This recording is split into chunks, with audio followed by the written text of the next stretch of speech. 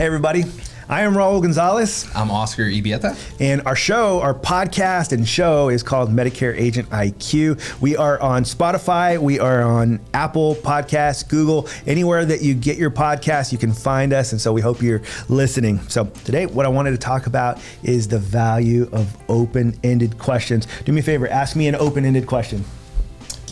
Who else do you know who has Medicare? That's right. And the reason, and that's versus, and let's put it next to what's the other way that you could say that? Do you know anyone else that I could help with Medicare? The answer would be a yes or no answer, right? Yeah. And if you give someone the opportunity, usually, now I always talk about this, about the way that I have a conversation. And so when I'm in a conversation with someone and they ask me a question, especially a salesperson, my natural inclination is to say no. And it's just like, no.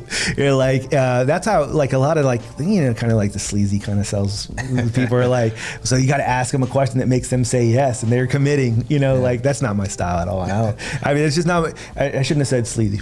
You know what? To each their own. That's just not my style. Right. Yeah. But what I want to do is I do want to make them think. I want them to stop and think about our conversation, because if I'm just, and people do this to me all the time, like they're asking me, like, hey, do you want to sign up for, AT&T? I'm like, no, and then, but when they trick me, is there any reason that you wouldn't sign up for AT&T? No. And I'm like, oh man, that's not what we're doing here. But I do want to make people stop and think, because the natural thing to do is to say no. So I want them to stop. So who else do you know with Medicare is a way to ask a question? Who else do you know that I would be able to help right now is a way to ask that thing that makes them stop and think. It's not just a yes or no answer. Because a lot of times I feel like I'm listening with a delay, like I'm listening with a 10 second delay. So I'm kind of just waiting for you to say something and then I'll go back to the files and hear what you were saying. So I think a lot of people do that.